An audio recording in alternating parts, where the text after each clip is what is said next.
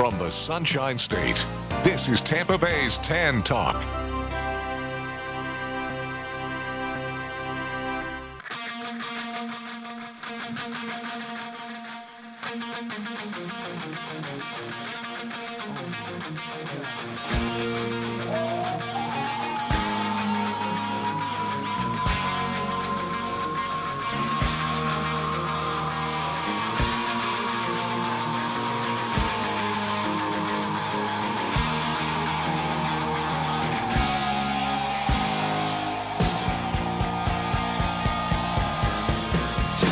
Welcome to Outbreak News This Week with your host, microbiologist and co-founder of the GlobalDispatch.com, Robert Harriman. Good afternoon, Tampa Bay, and those listening online across the globe.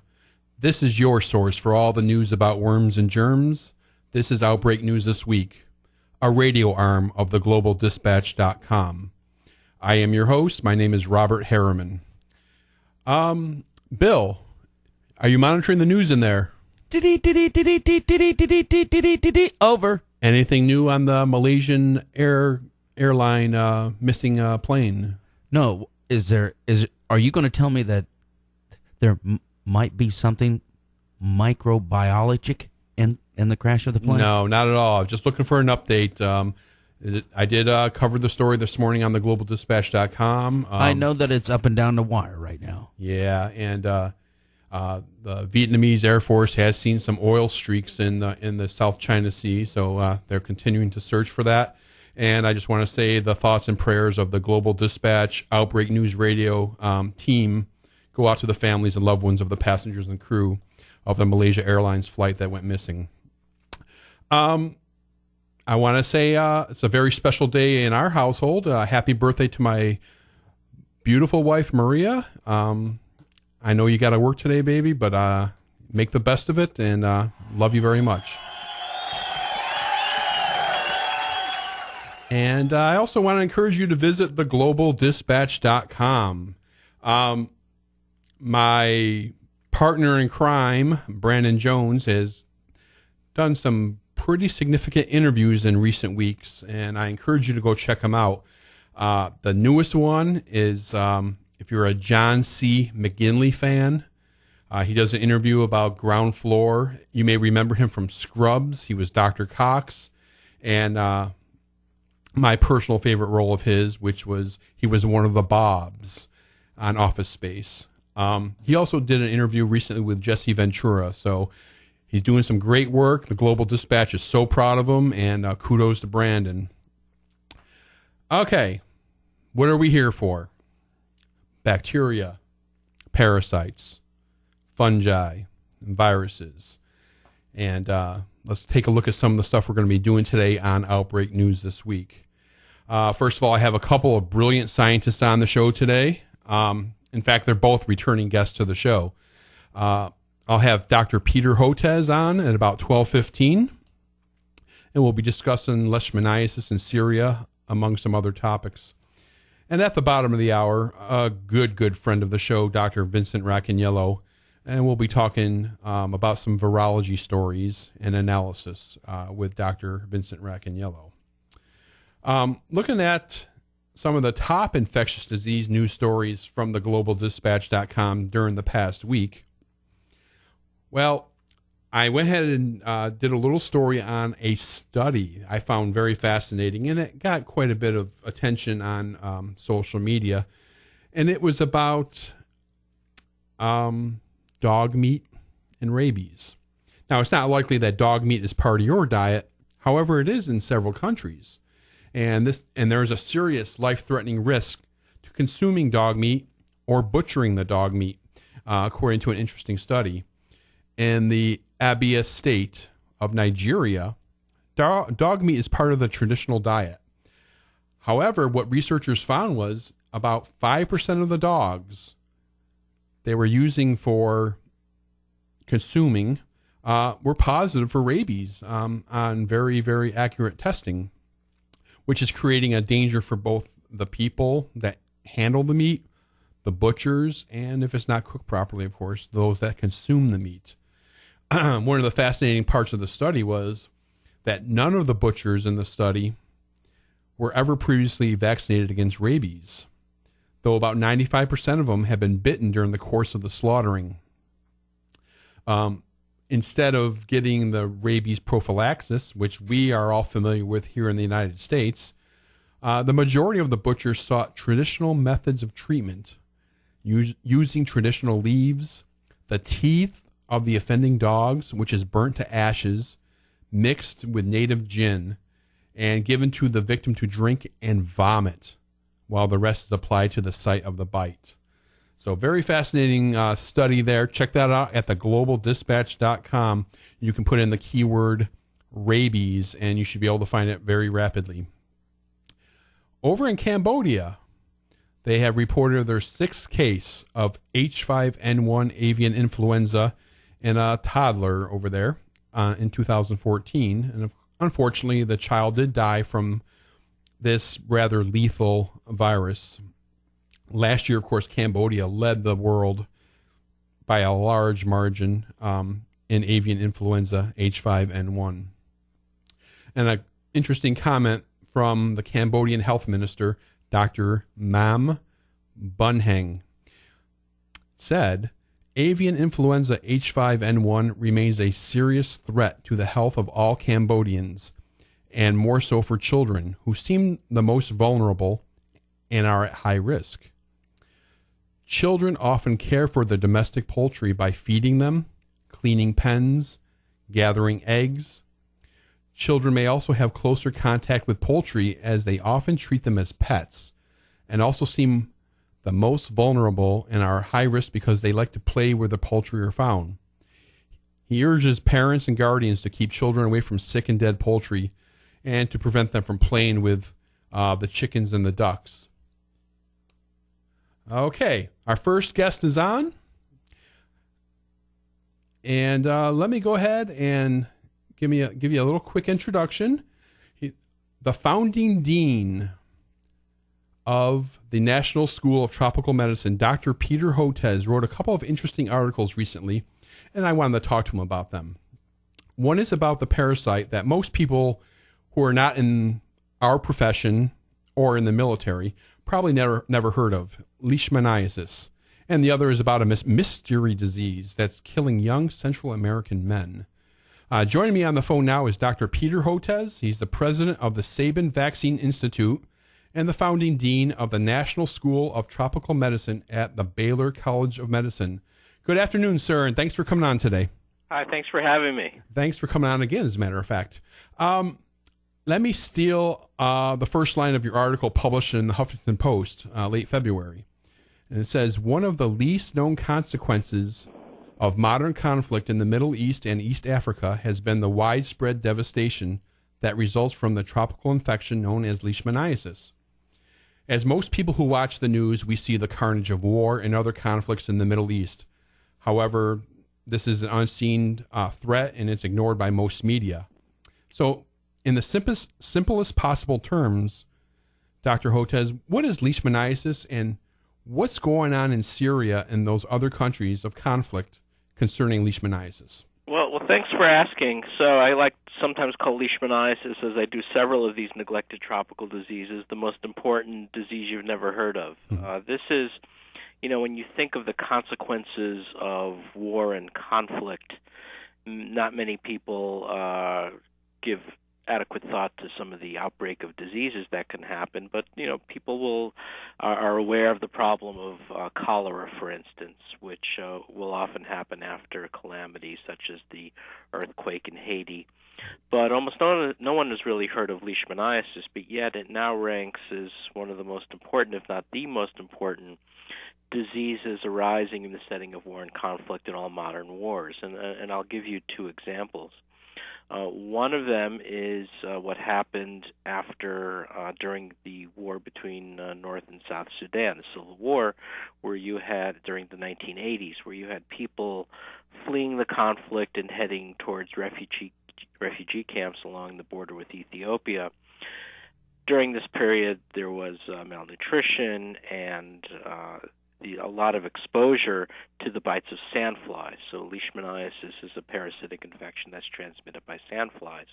And the result is there was a massive outbreak among people fleeing conflict associated with human migrations in Sudan and bordering on Ethiopia. And the estimates are that more than 100,000 people died. So this from a form of leishmaniasis known as visceral leishmaniasis, also goes by the name of Kala-Azar. So this now, in my opinion, represents the most lethal conflict most lethal epidemic in all associated all modern warfare, and maybe the most lethal epidemic we've had in modern times, and yet it's gone almost unreported. I'll stop there and see if you have a question. Yeah, I just want to ask you about, you mentioned refugees. Why would the influx of refugees create a better climate for sandfly bites?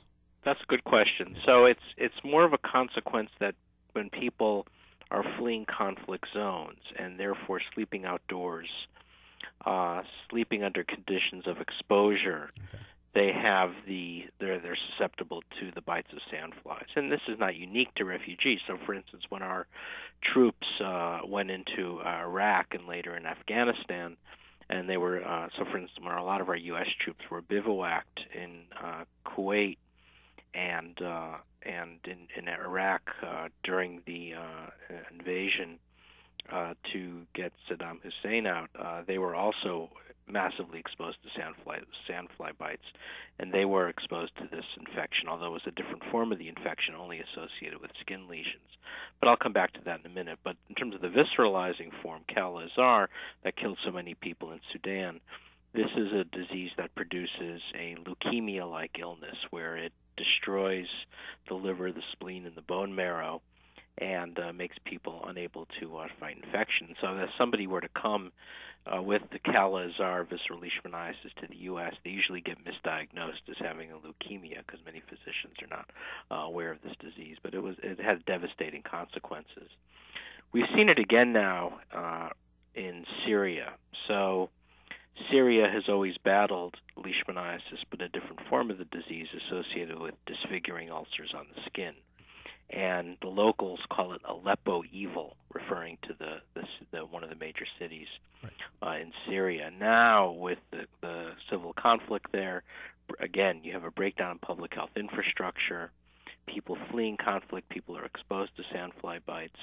They also there's also a lot of absence of garbage collection, refuse collection, and so this also helps the sandflies proliferate. So you get the perfect storm of sandflies as a consequence. Now the estimates are more than 100,000 cases of Aleppo evil have struck the people of Syria, many of them kids. The reason it's a problem is it produces a disfiguring ulcer on the face that, unless you get treated by injections into the skin of an antimony-containing compound to treat it, you can be scarred for life, and this particularly hits girls and young women who are, as a consequence, rendered unmarriageable, or it's grounds for spousal abandonment. So it's a very stigmatizing lesion as well. And in some cases, the sandflies may be following refugees into camps along the border with Turkey, along the border with Lebanon as well. And the frustration, of course, is that the World Health Organization just cannot safely operate in Syria right now. So they're kind of at the margins of a lot of this devastation. Yeah. And you mentioned there's several types of leishmaniasis. And another thing in your article that you clearly articulate is the need for a vaccine for this parasite. And it's interesting, in a time of the political back and forth, you make a very unusual suggestion. You call for, in your words, vaccine diplomacy. And you're talking about a joint U.S.-Iran cooperation to develop and test new vaccines. Can you talk a little bit about that? Sure, happy to. So I've been advocating now for stockpiling of leishmaniasis vaccines for crisis situations such as these. And in fact, I was on a panel discussion this week. The Gates Foundation, together with the World Health Organization, and the NIH held a meeting near the NIH campus in Bethesda, where talked about the need for stockpiling of vaccine in conflict situations. Now, in terms of developing and manufacturing a leishmaniasis vaccine, the problem is who's going to pay for it. So this is a neglected tropical disease. By definition, these are diseases that only affect the poorest of the poor, people living in extreme poverty. And the major pharmaceutical companies are not positioned to make such vaccines. So we're developing them in the nonprofit sector. So our organization, the Sabin Vaccine Institute Product Development Partnership, which is based at Texas Children's Hospital and Baylor College of Medicine in Houston, is developing a first-generation recombinant leishmaniasis vaccine. Now, ultimately, though, we're going to need a partner who's going to scale it up. And the question is, who does that? Well, we've increasingly, in our product development partnership, have been looking to about a dozen IDCs, innovative developing countries. These are countries with great pockets of poverty but have learned to punch above their weight in terms of making products. So examples are the Brazilians, for instance, make most of their own vaccines.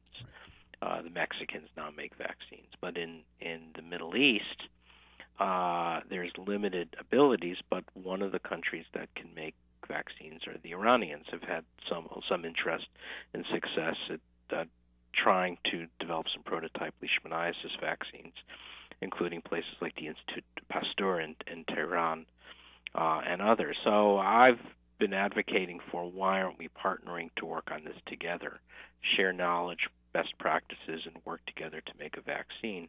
Now, it's not as crazy as you might think. No, I don't think that.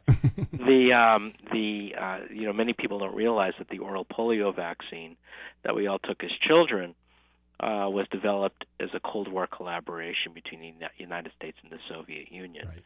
So Dr. Albert Sabin developed that oral polio vaccine jointly with the Soviets right after the Sputnik launch. At one of the worst times in the Cold War, the vaccine was jointly tested on 10 million Soviet school children. Ultimately, every Soviet citizen under the age of 20 did this in collaboration with Drs. Chumakov and Zhdanov and Smardentsov and others.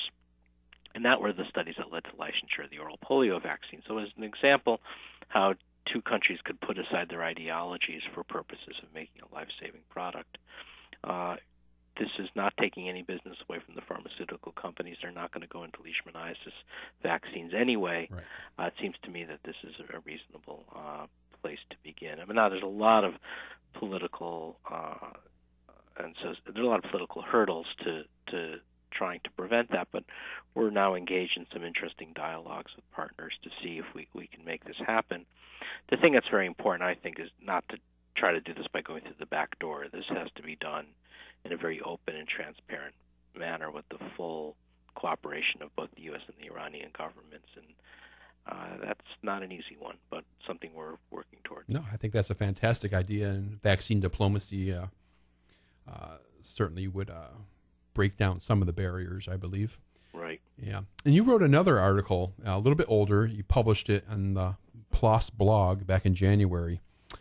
And it was titled Tropical Medicine Mystery, Something is Killing Young Men in Central America. What is going on there? Well, it's a great question. It's something that we're just starting to get our arms around. So in 2002, it was noticed in the major hospital in San Salvador, the capital of El Salvador, that there were huge numbers of patients, most of them young or middle-aged males, without the traditional risk factors for getting kidney disease, such as hypertension or diabetes, coming down with severe and, in some cases, fatal renal failure. And it seems to be striking mostly young males who are working in the sugarcane fields on the Pacific coast of Central America. So it's not only in El Salvador, it's in Guatemala, Nicaragua, and even in Costa Rica. And by some estimates now, there have been at least 20,000 cases and maybe deaths from this condition that's tentatively being given the name Mesoamerican nephropathy. So there's a lot of mystery as to what's causing this, and not really a lot of sound epidemiological investigations, doing case-controlled studies to really fully characterize this condition.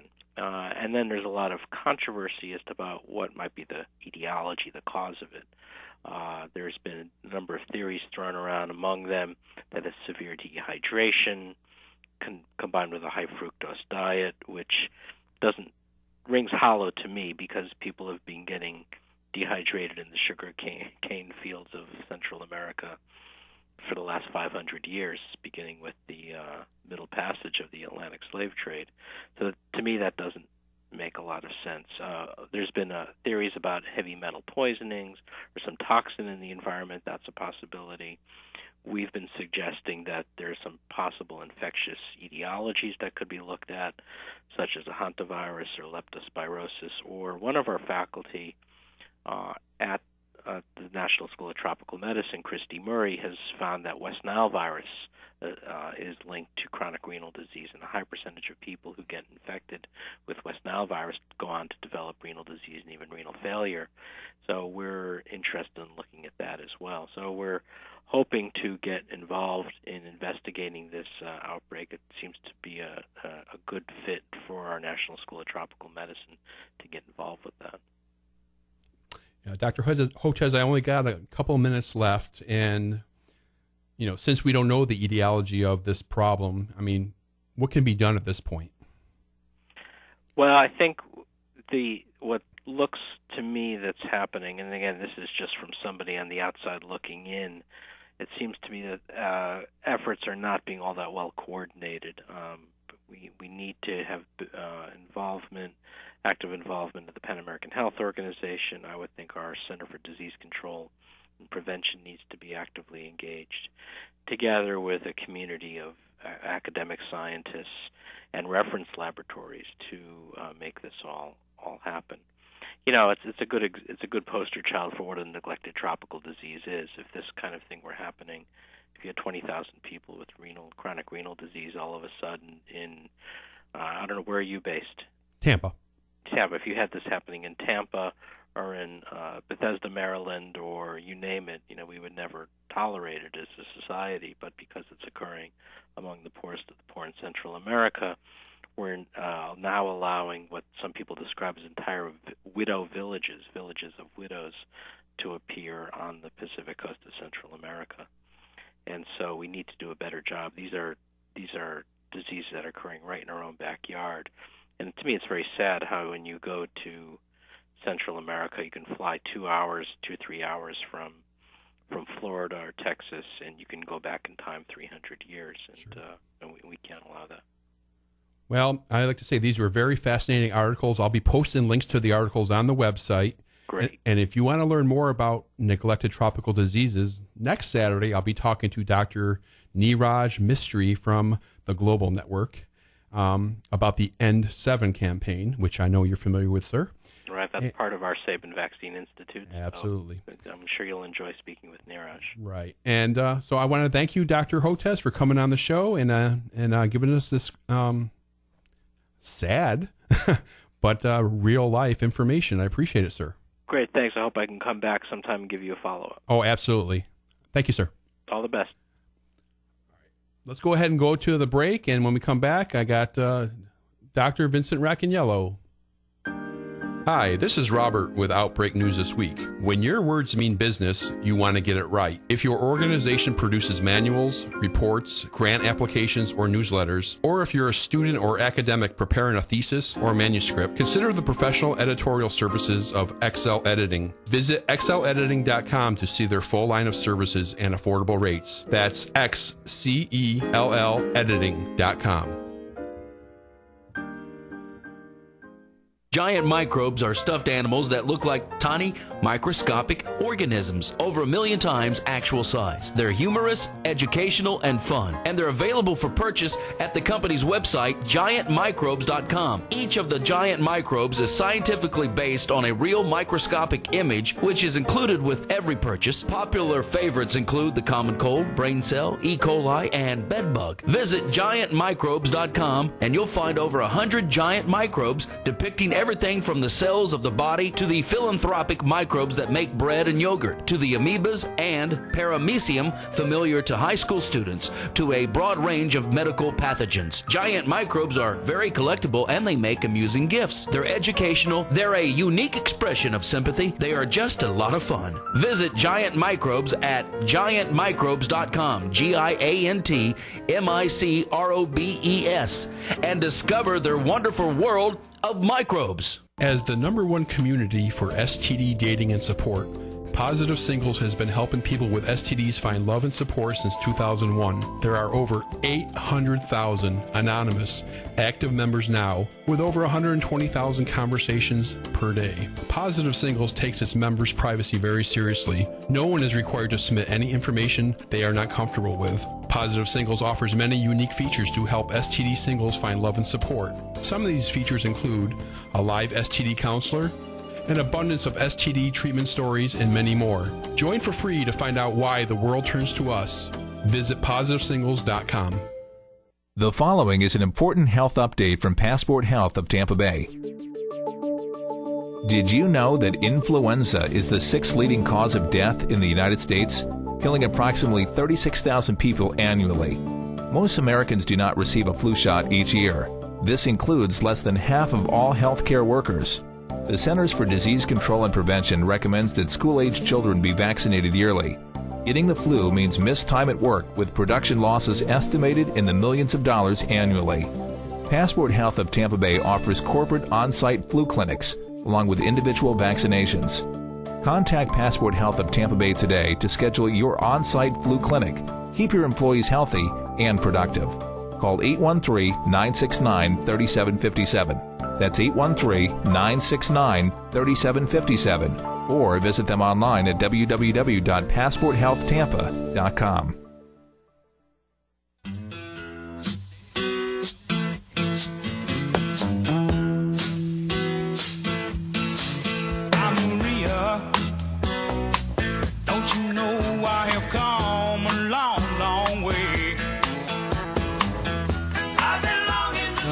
Well, welcome back to the show. A little dedication to my lovely wife, as today is her birthday. And let's go ahead and talk virology. Joining me now is Dr. Vincent Racaniello, professor of microbiology and immunology at Columbia University. Vincent, you there? I'm here. How you doing, sir? Back, Robert. I'm well here in the Northeast. It's getting warm. Yeah. That's good to hear. I'm sure you're glad you didn't have to get up in the wee hours to call in this morning. Oh, that was very nice. Thank you for shifting your hours. I did it just for you. Well, you got some fascinating stories going on Virology blog. That's virology.ws. And I really want to start with the biggest story right here in the U.S. That's the polio-like virus in California. There's a couple of dozen children in California afflicted with this polio-type virus, but it's not actually polio. So what's going on in California, Vincent? So since about 2012, there have been maybe 20 kids who have had a condition called acute flaccid paralysis.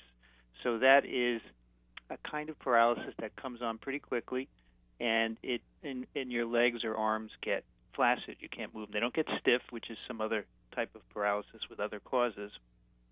And this can be caused by a number of different agents. It could be caused by polio, and the World Health Organization actually uses this acute flaccid paralysis to screen the population for possible cases of polio. But it can also be caused by other viruses, including viruses related to polio.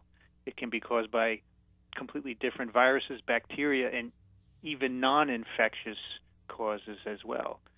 So it has a very wide etiology, as we say. It can be caused by a lot of different things. So just seeing a kid with acute flaccid paralysis doesn't mean that it's caused by an infectious agent. So what has happened in California is they're trying to sort out what's causing this. And a virus related to polio called enterovirus 68 was recovered from a couple of these kids. And this virus has been batted around in the headlines as the causative agent. The problem is that these non-polio enteroviruses infect a lot of people in the world. millions and millions of people every year in the U.S. have infections with these viruses. So just isolating them from the kids doesn't at all mean that they are causing the infection. So at this point, we really don't know what's causing this. In a state such as California, we have a lot of people. You'd expect actually there to be quite a few cases of acute flaccid paralysis every year.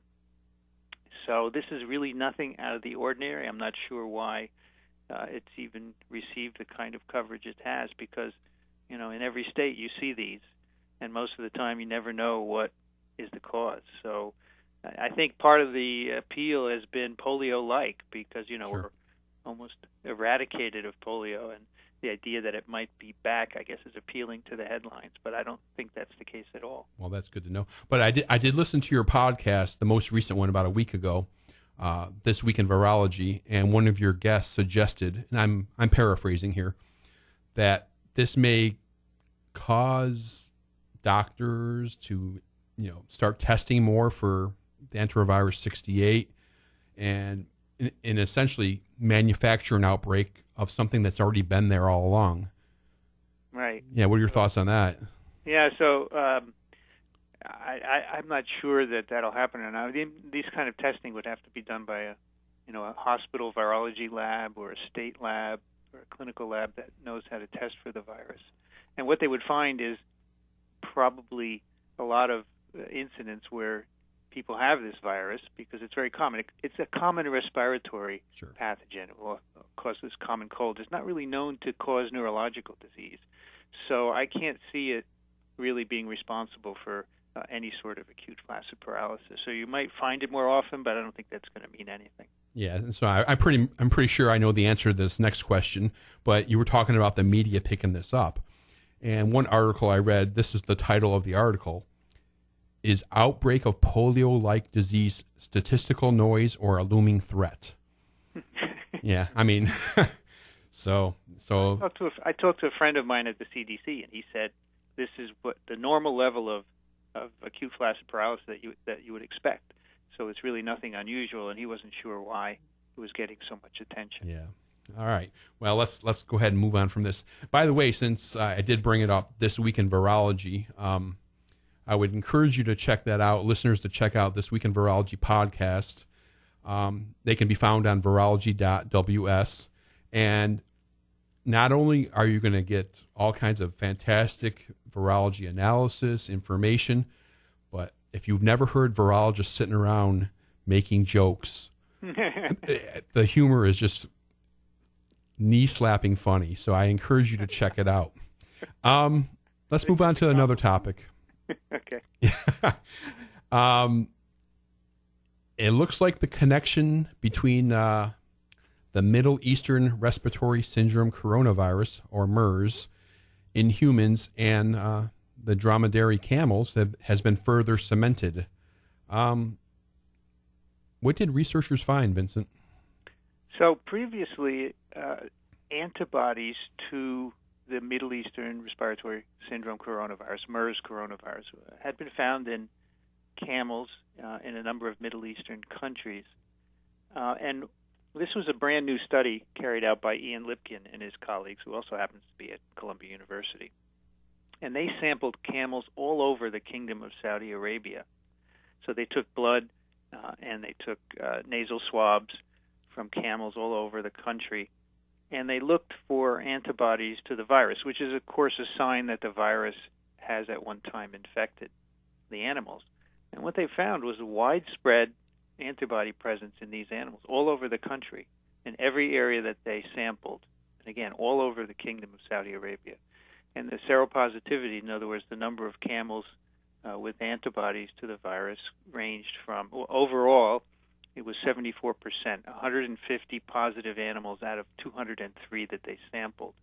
And it ranged from 5 to 95%. So it seems quite clear that all over that country, this virus is infecting camels. And so it seems likely that that is the source of the human infection. Now, previously, as I said, a few camels here and there had been found to be positive, and it wasn't clear whether the virus went from people to camels or from camels to people. But now that we see that hundreds of camels all over the country are infected, it seems quite likely that they're the source of the human infections. So that's pretty much ruled out bats, I take it. I don't think that bats are a likely direct source of this virus. There's, the bats have a lot of coronaviruses in them for sure. Oh, yeah. We don't know if this particular one is in them. I don't think there's good evidence for that.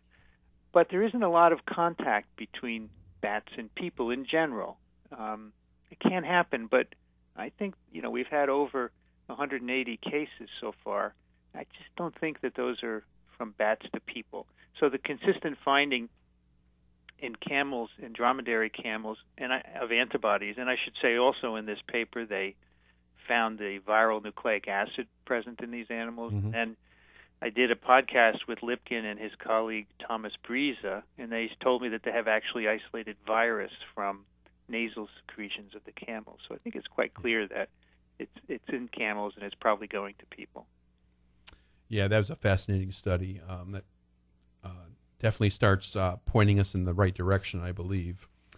I think if you want to hear more, as you said, go over to my podcast because we did talk to them, and you can hear us discussing the evidence and what's left to be done. I mean, a really interesting question is how it gets from camels to people, because not every sick person who's been sick with the MERS coronavirus has had contact with camels. Right.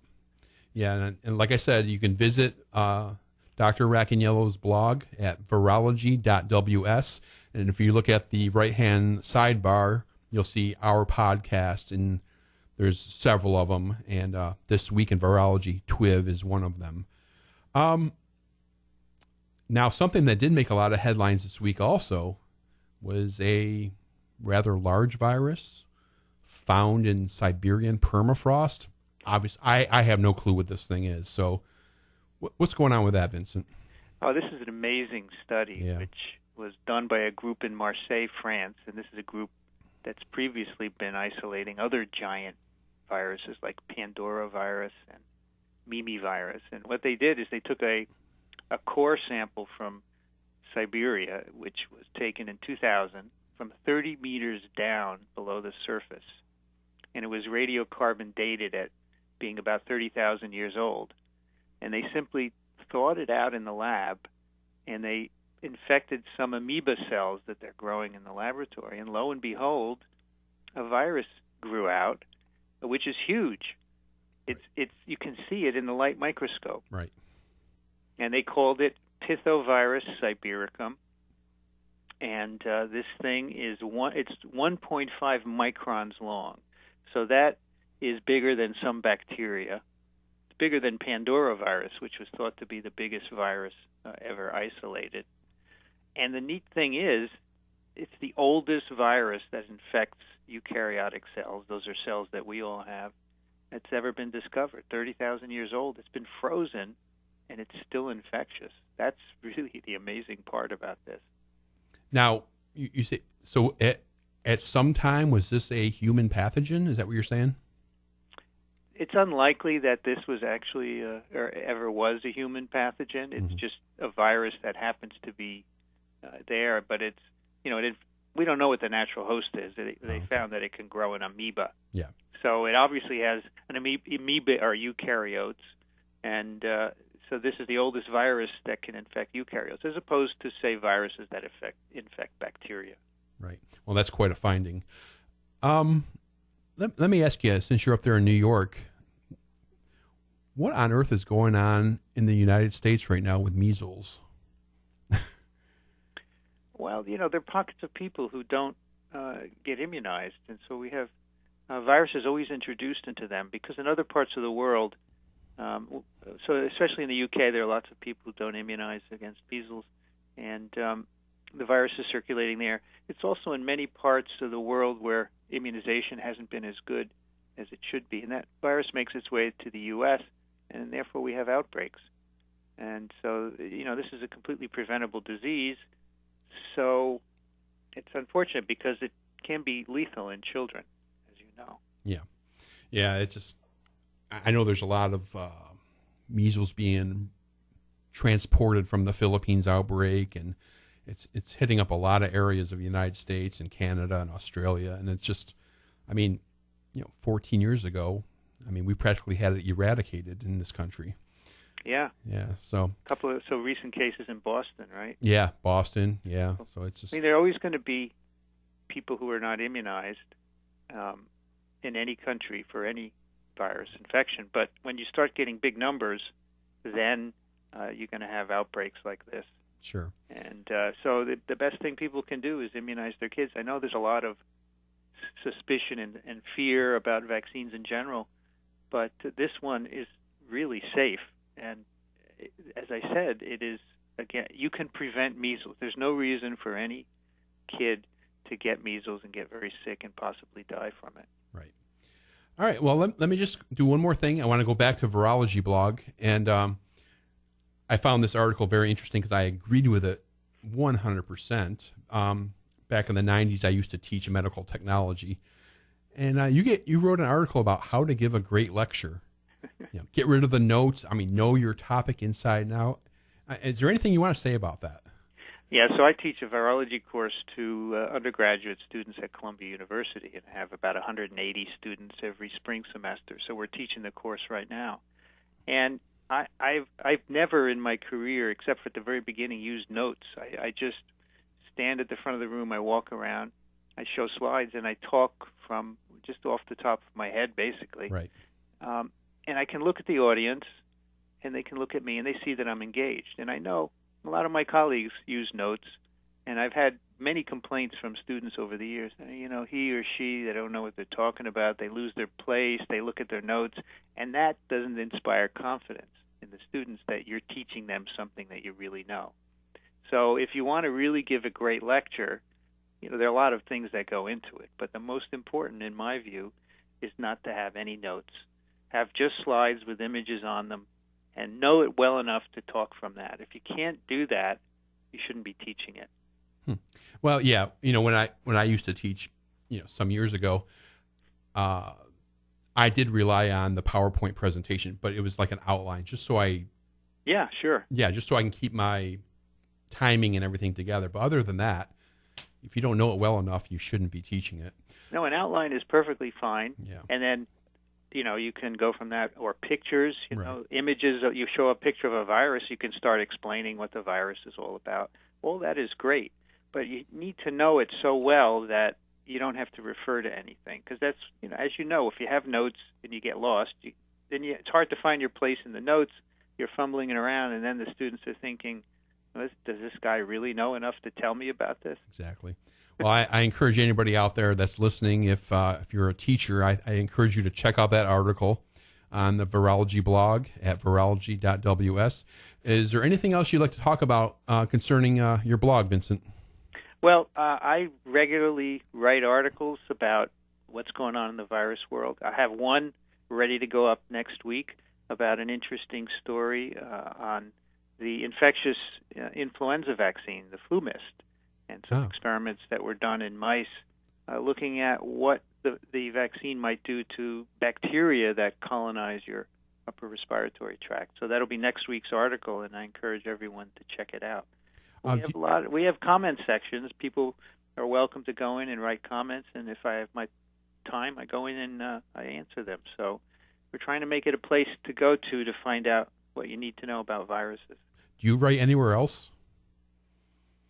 I do not write anywhere else. This is my main output. Over the years, I've had a few articles here and there, but this is where it is.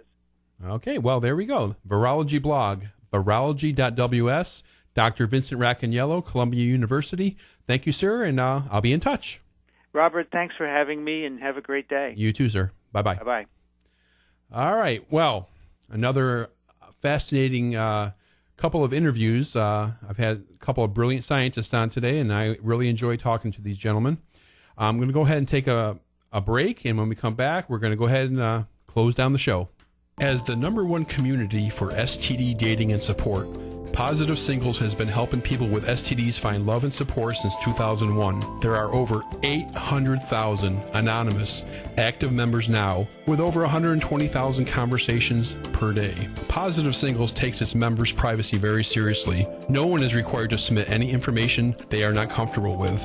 Positive Singles offers many unique features to help STD singles find love and support. Some of these features include a live STD counselor, an abundance of STD treatment stories, and many more. Join for free to find out why the world turns to us.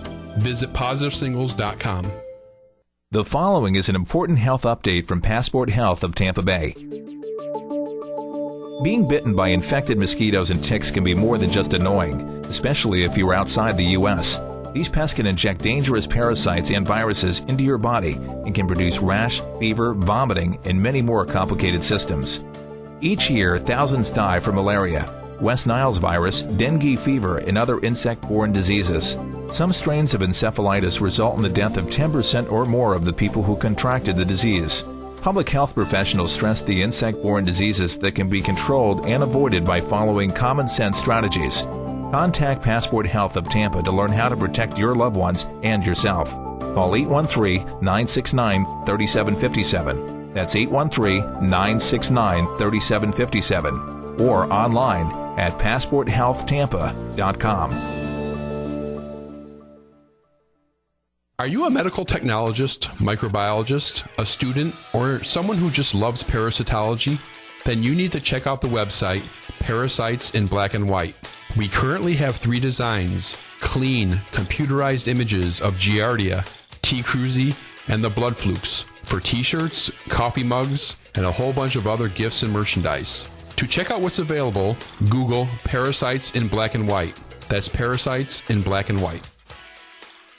Giant microbes are stuffed animals that look like tiny, microscopic organisms, over 1 million times actual size. They're humorous, educational, and fun, and they're available for purchase at the company's website, giantmicrobes.com. Each of the giant microbes is scientifically based on a real microscopic image, which is included with every purchase. Popular favorites include the common cold, brain cell, E. coli, and bedbug. Visit giantmicrobes.com, and you'll find over 100 giant microbes depicting everything from the cells of the body to the philanthropic microbes that make bread and yogurt, to the amoebas and paramecium familiar to high school students, to a broad range of medical pathogens. Giant microbes are very collectible and they make amusing gifts. They're educational, they're a unique expression of sympathy, they are just a lot of fun. Visit Giant Microbes at giantmicrobes.com, GIANTMICROBES, and discover their wonderful world of microbes.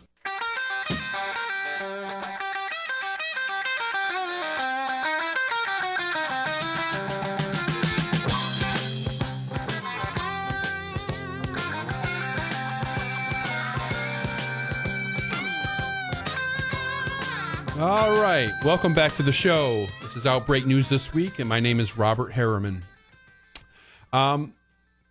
Let's take a look at a few stories before we wrap things up here at theglobaldispatch.com. I did a little story about this morning about a infographic I received concerning the different hot spots for STDs in America. It's called the STD heat map, and as you go through it, it tells you, the southeastern United States as a region is a hot spot for chlamydia, gonorrhea, and syphilis.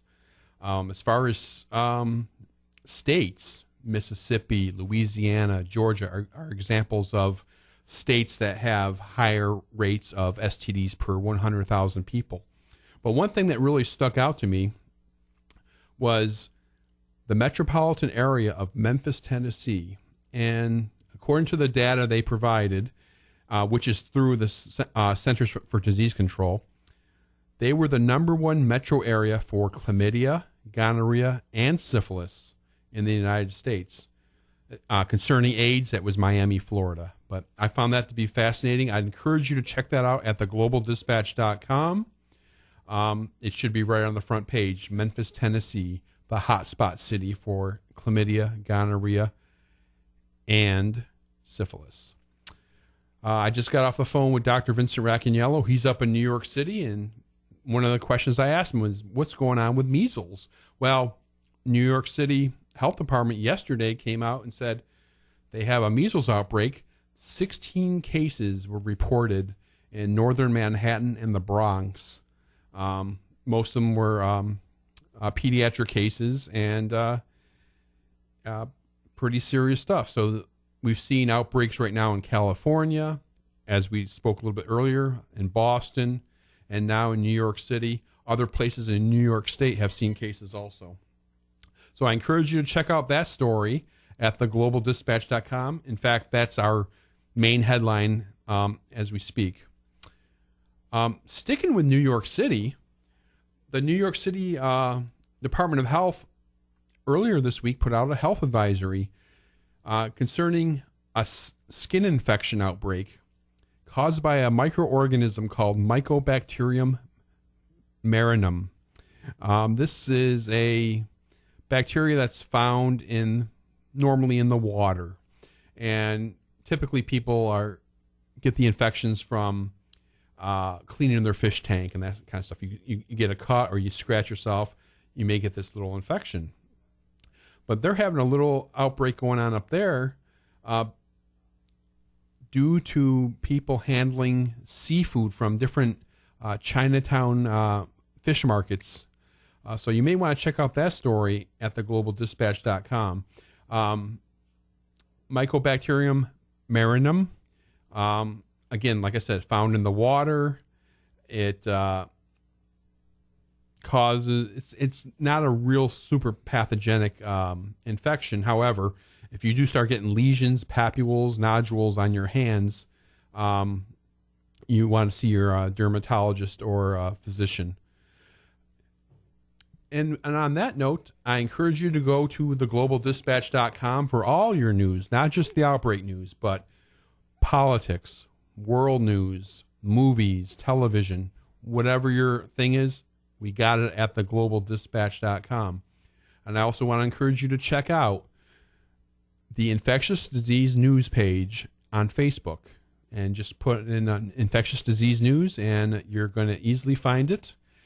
I encourage you to join us next week on Outbreak News This Week, as I'm going to be interviewing Dr. Neeraj Mistry. He's with the Global Network for Neglected Tropical Diseases, and we'll be talking about the End7 program to try to rid the poverty-stricken world of 7 neglected tropical diseases. Fantastic work that they're doing over there at the Global Network.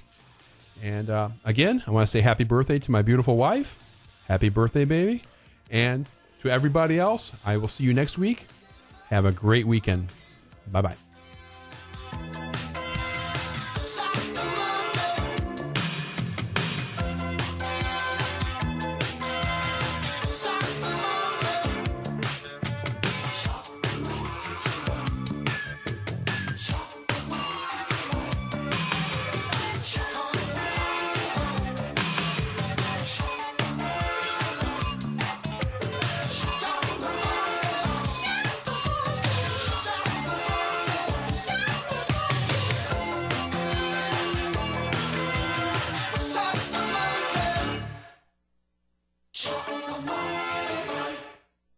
WTAN, Clearwater, Tampa Bay. WDCF, Dade City, Tampa Bay. WZHR, Zephyr Hills, Tampa Bay. Listen,